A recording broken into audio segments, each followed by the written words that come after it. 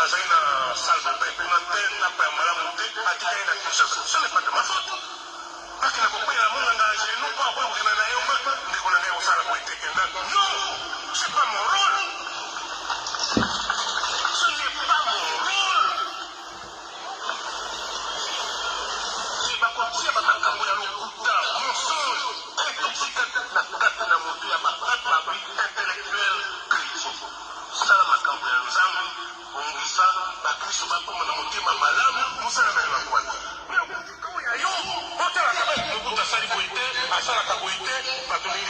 C'est pas ton affaire.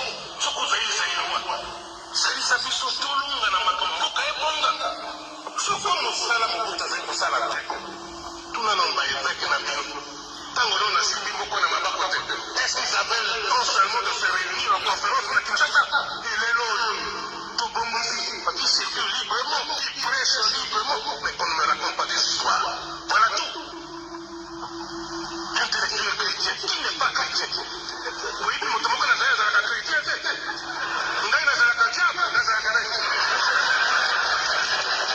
Moi aussi, je suis chrétien. Attends la bête ma pour la gauche, la droite, je reste chrétien, croyant.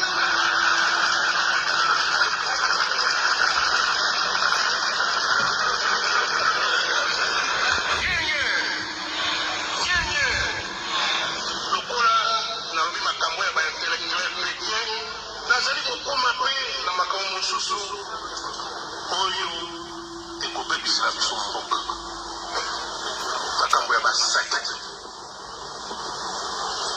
tolingi nzambe me nazali komona na mayele na ngai nzambe yango esiliki mingi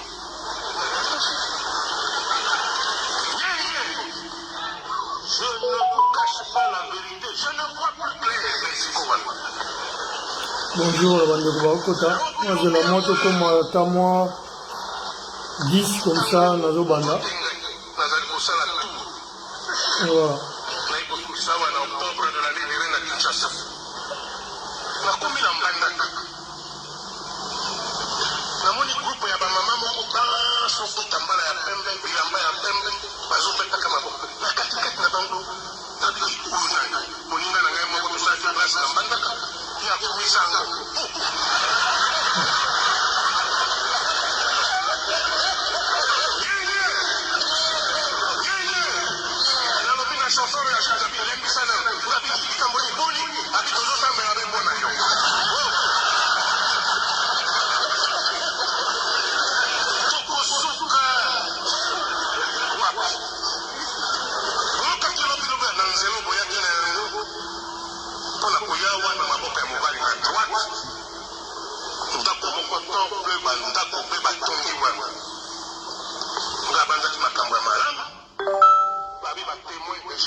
Je ne suis pas contre.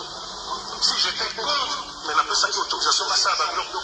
Tant que Bazali Kosakola, Babi Tala Obelenzam, Kotala, Makamba Bakamokite. J'ai un message à passer à la diaspora congolaise. Moi, j'ai la Toko Maman quelques bateaux. Toko Maman attend moi quelques ans. Et après, je vais commencer le live. Je vous demande juste de patienter, s'il vous plaît.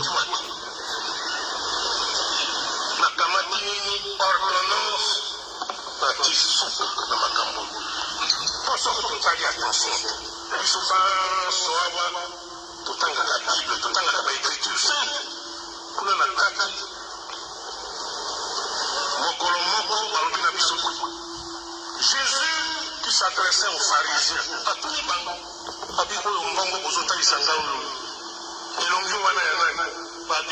à César, à César ce qui est à César, à Dieu ce qui est à Dieu. Et Saint-Pierre, au pape à Liboso,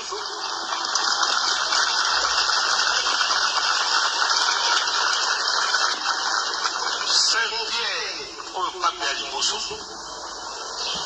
a combattu l'épître soumission à l'autorité civile, à la liberté de à Dieu ce qui est à Dieu, à César. Soumission à l'autorité civile. Mon Dieu a la responsabilité à comprendre ça.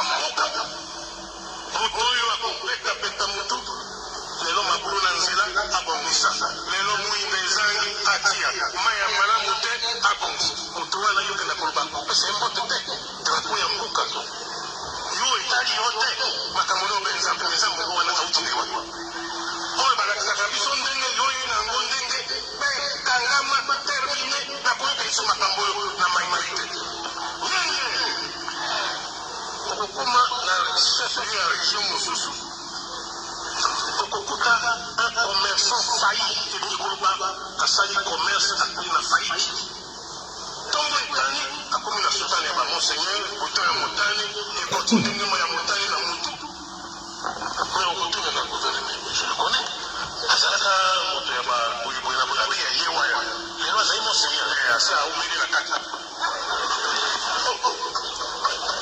obele olali olotingaka mpe ntongo etani okomi moto ya nzambe akomi pasteur. Vu qu'il avait raison.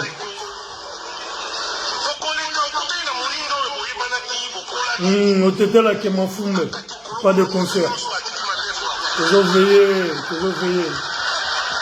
Tozawana Mutarbeta Ndile à Paris à Zaki.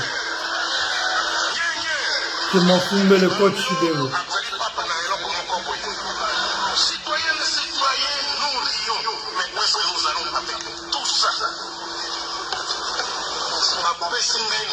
Service à sécurité demande oyo bazali kotuna ngai nzambe na ngai eza na record. Bon, bonjour bandeko, mbote na bino, peu importe na moment où écoutez la bino na bandako na bino na bisika nyonso bozali. Bon, je vais me présenter na oba ebingai te, na oba ebingai. Je suis Vermeil le Congo d'abord, le chef d'état-major, les résistants, les combattants. Voilà. Naya pona robeta sete mingi pona namoni bomoni mikolo mo ba vidéo ezole kambilinga mbilinga la kati ya ba réseaux sociaux et puis na ba compréhension o eza koleka entre bandeko o basusu tobengi ba résistants pe ba combattants yango na yena betela yango sete mingi ngana aza ko beta sete makambo ya concert makambo ya musique bandeko soki la diaspora congolaise en général en Europe, en Amérique, partout, et si Katozali, tout le makambo ya musique, ils a pas mbatté que parce que biso toza benemi ya ba musicien. Ils a été parce que biso tozali benemi ya ba musicien moko songolo pakala. Ils a parce que na Congo ça ne va pas. Le Congo va mal. Tolingaki que la seule force et opposition au etikala diaspora to sangisa mayele to sangisa force na biso pona ko veiller pona ko landela makambo eza koleka na mboka to luka eki to tia kimia to zongela souveraineté na biso ya mboka yango to pesaki interdiction que la musique est awate na poto. Ils ont un rapport moroté na ba musicien. Donc ça veut dire toza binemi ya ba musicien te toza biso na bango toza bandeko toza famille moko toza mboka moko to uti esika moko. Na bopekisi ya musique en Europe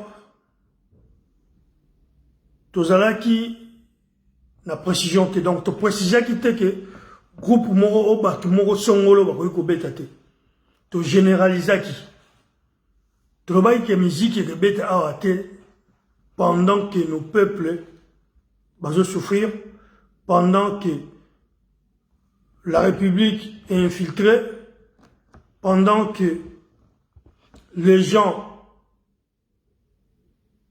ba Congolais, na Est, na l'Ouest, partout ce que bazali baza ko subir ba tuerie, et raison pour laquelle au moment qui décision ils ont maquis l'ensemble il y a diaspora congolaise que musique et bétam awate. Ils allaient un groupe songolo et abattu besoin qui décision parce que la résistance na kati ya combat au bitumbo to bundaka tout ça mon quantité mon konji azalaka te décision ezalaka généralisée ezalaka que tout le monde vous décidez likambo et puis likambo vous décidez qui pour elongwa il faut que tout le monde va décider pour elongwa. Par contre il y a un groupe songolo, il y a bandeko, il y a résistant, selon le dire, selon Otoza Koyoka, que bazo ken les négociations, pardon, pour n'avoir mes garçons sa musique, comme quoi, basola ba musicien, oh musique, oh patriotique, oh musique, bateau ba yembelaki. On a robé ta musique, non, tu vois, il y a des dictations là, tous ces genres de dictations, tu les mis en haut, tu peux accepter en haut, ata, mouké, té. À mon avis, c'est comme un que réunion générale, ensemble, concertation, boye. Il y a des combattants, ou il y a des résistants, ou il y a la diaspora congolaise. Tu vanda qui te sololi, tu lobi ke, boya to solola, tu vanda, tu tikaba, oyo bandeko tel, que babeta musique awana Europe. Alors les individus au bandeko bazu ba décision ou ba solution on a ya vous permettre groupe MPR parce que je cite les noms et je vais citer les noms. Na oui des groupes MPR et zobeta awana na France na Paris parce que bandeko ya ba combattants bapesi bango autorisation, ou soit bayokani, ou soit une ambassade, je ne sais pas quoi, c'est ce que j'entends parler, pour n'avoir au bêta musique. Alors, je vous rappelle que vers des années 2011, tant aux campagnes, il y a l'élection 2011, Zalaki, toute la diaspora, Zalaki, Sima Papa Etienne Tshisekedi, et les musiciens, la majorité n'a pas basaki na sima Kapila parce que tu vendais que Bungisa Kabila tout les mêmes systèmes et le même système Oeza Lelo Oeza continue toujours. Il y avait un seul musicien Oazala qui connu mondialement Otoyebi Marie-Paul a boyé pour soutenir le régime a soutenir qui position à la diaspora au Bazaraki derrière Etienne Tshisekedi. Et ces musiciens-là, Marie-Paul Aya qui a en poto quelques années parce que Bandé a empêché Aya a en poto a eu l'occasion à Kimara Kendarati Brazzaville a eu l'occasion à en poto en France. Tu yamba qui est ne se mounion tu tendais là qui est tapis rouge. Mais la seule chose tu es qui est parce que moi j'étais là le jour-là que soyez les bienvenus, frères. Nabitumba Otozo Bundaye pour rejoindre les bisons. Mais il n'y a pas question que tu permettes au bêta musique. Musique, ils ont dit sa distraction na kati ya diaspora. Diaspora, ils ont la seule opposition, ils ont combattre Bapaya ou Bazabak na kati ya mboka na bisons. Je pense que position, il y a diaspora, ils ont été alignés par Marie-Paul. Marie-Paul a respecté qui Marie-Paul a tiré au pays de musique morote. Donc, tout le monde a sabi sur les lots qui non. Ils ont un groupe mou, ils ont aimé la moka, ils ont aimé la contre-régime. Si ils ont aimé la contre-régime, ils ont toujours le même combat au c'est bien, il faut pas continuer toujours à conscientiser le peuple. Et là, ils ont libéré le peuple en la passe. va continuer toujours. Mais ça ne veut pas dire que le col a baron bazako yembela ki ba kubeta musique a. N-O-N non. Musique na diaspora et ils ont été dissertation wana na kati ya diaspora congolaise et qu'ils ont raté tant que nanu peuple a récupéré souveraineté na été. Parce que c'est le peuple qui est souverain. C'est le peuple qui décide. C'est le peuple qui vote.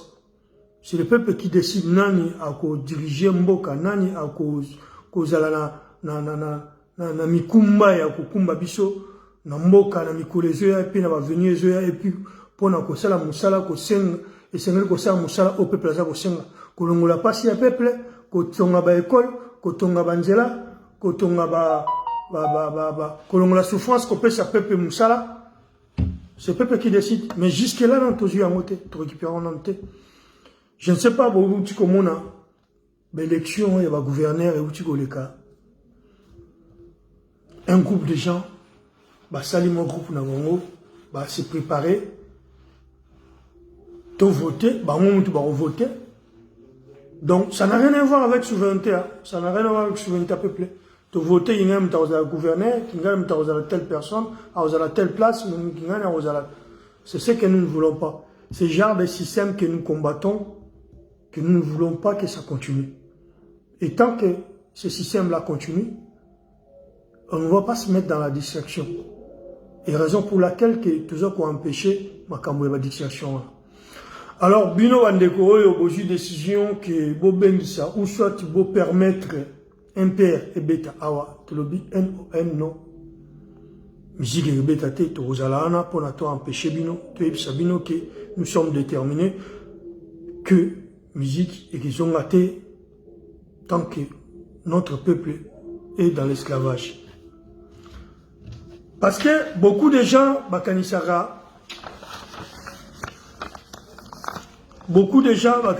que quand on vous appelle général ou colonel, vous pensez que vous êtes au-dessus. Il y a la diaspora où il y a des combattants. Vous avez des combattants comme les autres combattants. Dans le combat, vous avez raté. Dans le combat, vous avez décidé à la place, il y a tout le monde à zaté. Donc, vous consultez qui m'ont touté. Vous avez juste à titre honorifique, il y a des généraux, il y a des colonels, comme les autres. Donc, ce n'est pas à vous de décider pour la musique. Je fais appel à toute la diaspora et au monde entier, surtout Europe A, Escabozali, qui est tous à la vigilants. Bazong, c'est la biso discrétion à en apotété. Donc, ça veut dire que la musique est robétatée. Mukoloana, ce qui est tete mena bino batu oyo boza simana bango o boza ko soutenir makambu ya kozong sa musique wana boliama. To relaxa bino ke boza ba chef te, ba généraux anana ba colonel wana. Boza mi kondité na kati ya combat. Boza na loro moro yete a ko décider pour la musique awa. Musique et raison ngati. Tant que mon peuple est encore dans souffrance, tant que l'institution n'a est en infiltration étrangère, tant que les Rwandais dirigent toujours Mboka, ils décident, ils la président, ils la ministre, ils la gouverneur, ils la maire, musique et raison à Tena Poto. Tu as bino, tu as bino qui mon coloana, tu as la. Banungu ezo bima ezo lobamake réunion moro salama sogina ambassadeur à Paris, un groupe de gens écoute la nation ambassadeur pour s'organiser comment comment tu veux sa musique. Tu sais bien que les jours il y a réunion en que bon monde a résistant, bon monde a combattant. Bon, mon activiste, tu as la réunion pour que sabino salitisation, il y a des combattants. Tu as la bino na des combattants, tu réponds à bino na des combattants. Bandeko, tu as la distraction. je vois bandeko mingi na kati ya komba bakoti na ba discussion ya koswana ya kopesa ba position to salaka boye kingani asalaki boye kingana bimaki na yengani kingana asalaki boye, ça ne nous concerne pas. Ce genre de problème voilà, nous ne sommes pas concernés. Ce qui nous concerne, c'est la souffrance, il y a peuple. Ce qui nous concerne, c'est la libération, il y a peuple congolais, libération, il y a les grands Congo, libération, il y a toute une nation. Problème na biso eza to combattre système. Bitumba na bino entre bino na bino etali bisoté toza concerné et tolingi même pas cause la concerné. Tant baza obenga yo, je ne sais pas, combattant ou colonel ou général, ba titre honorifique oyo bozwa, oyo tozwa en général, y compris ngaïpe na roloba, bomi pe sa rappel kilo ya ba titre oyo ya bino bozwa. Tant ozoleka, na itando ike pona koloba babuzoba, pona koloba ba sanité, pona koloba ba makambu obino osalaka eza na rapport mokote na bitumba oyo toza kobundela na sengi bino bandeko. En tout cas bomeka un peu kozala ba reteni na makambu na bino na ba conflit na bino bo gérer yango na privé et non koya okotsa yango na kati ya résistance, koya okotsa yango na kati ya bitumba oyo pona ko affaiblir bitumba oyo tozobeta, bitumba oyo tozobunda. Eza mulai, munguna aza makasi, munguna aza na mbongo, munguna aza bien organisé. Alors bino si boza okota na makambu ya distraction, eza comme si bozo kota na je ya munguna o biso toko autorisé binote, toko ndima yango te, eza na kati ya distraction. Ya bitumba tozobunda. Yango na bingi na peuple congolais, est-ce que na sobozali tous à la vigilance, tous se préparer, Mikoleza Koya, et ils allaient un peu difficile, parce que tous en a besoin d'abino,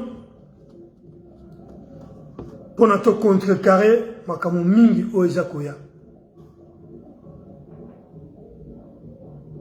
Mingi balobaka, pourquoi bokende koloba te na kati ya mboka, pourquoi boza toujours koloba na libanda, parce que tokoki koloba na kati ya mboka te bozomona même ba journaliste o bazomeka ko oser bazo ko faire taire bango botika biso loka toza na kati ya mboka ya liberté na libanda wa to ka continuer combat oyo toza ko bunda pona peuple. Et puis makambo mingi oyo ezoleka na mboka na base nango eza awa base. Bonjour ndeko mpangi na mono bansimba Ruben. Makambo mingi oyo leka na kati ya mboka wana base ya makambo wana eza awa, parce que batu baza ko manipuler ba politiciens na biso, baza ko manipuler politique na biso, baza ko manipuler mboka na biso, baza awa na kati ya Europe. Ya mona mingi to telemelaka awa to tchaga makeye awa to continuer bitumba na kati ya Europe sika tozali pona ko libérer mboka wana. Na sengi na peuple congolais tolembate, c'est vrai bato so buna bango baza makasi mingi, bato so buna bango baza na moyen mingi, mais tolembate bo continuer ko soutenir bandeko oya bino baza ko bundela mboka, bo meka bo continuer ko soutenir combat na biso, parce que soto bengi to bengi bino obima eza pona bien na biso te, eza pona bolamu na biso, mais eza pona bolamu ya peuple oya biso na bino bino na biso peuple oya za na mboka, parce que biso la majorité biso a toza un peu na ba vie normale par rapport ya bato biso tozo bundela na mboka. Tolingi lelo yo okoyi kolongwa na kolongwa Kinshasa, na longwa Kinshasa na 5h du matin ou peut-être na 14h ou 15h na za na Mbandaka, na kolongwa na Mbandaka na 15h ou peut-être 23h ou 0h nakoza la peine à Katanga. Donc, tolingi, batu oyo bazana vision, ya malamu, pona kotonga mboka. Totonga ensemble mboka na biso. Et non, batu oyo bazoya pona intérêt na bango personnel. Bandeko, toko banda toujours koya kobelela. Bino parce que tout en a besoin na bino, tout en a besoin que ensemble biso nyonso lisanga to sangana pona to continuer et tumba o tumba eza makasi eza mulai et entre biso il y a toujours les pions et ça na o anda okota o banda robima parce que l'homme congolais est faible d'esprit. Pas tout le monde, l'homme congolais est faible d'esprit. Mingi banda kokoya, mingi pe ba continuer bitumba oyo. Neti ba biso to continuer yango tina suka. Yango to permettre ti. Na lobi yango to ko permettre te mutu o un groupe de gens moko ba ko décider que to zongisi musique.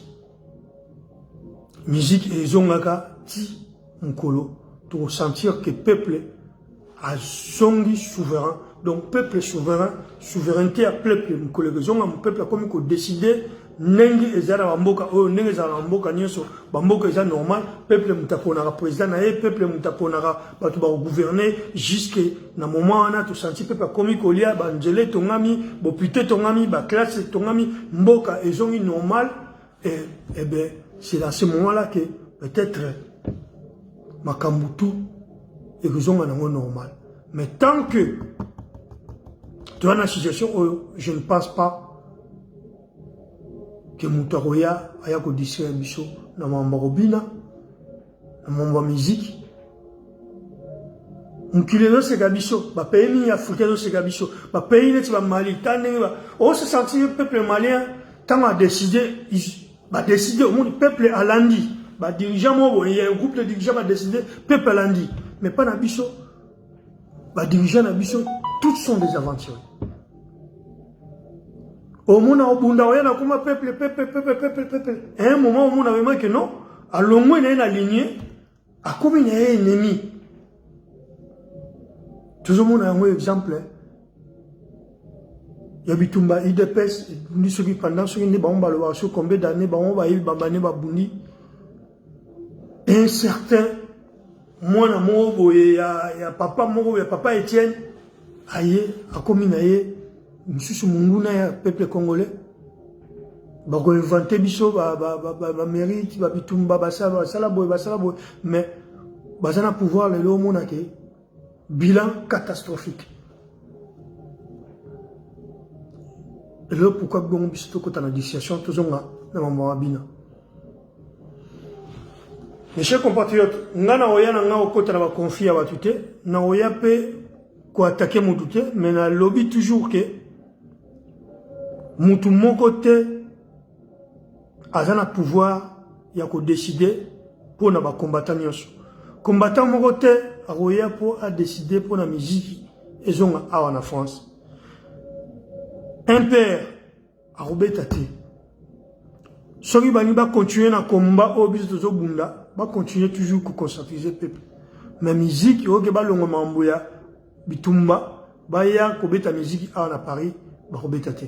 Et message nazali na moi est très court nous avons besoin que nous na discours ya milaïté et message nazali na moi ya ngona mikolozoya bo mona to banda campagne contre batu wana nga betsa musique à Paris musique est bétate on a sengi na bino bon week-end na tombeli bino bon week-end pour ce malamu pe mikolozoya ya malamu to kutanaka toujours. Tant qu'on y a information, on y a toujours même temps pour nous avoir vraiment la temps minimité à ma camouflage au sala même temps qui permet maintenant on y a ça message et pas y a peuple nangai peuple congolais qui mieza na mabota na bino est-ce qu'il y a so bozali matondo na bandeko nyonso oyo balandi ngai na moko alelo on a répété encore avec fermeté que musique et bétaté na yebisi na ba colonel na ba généraux na ba major na ba lieutenant na ba capitaine nyonso oyo baza préparer makambo wana ngai mokonzi na bino le chef d'état-major le général le Congo d'abord na yebisi bino que musique ekobeta te musique ekibeta te matondo ya bandeko nyonso balandi ngai ingeta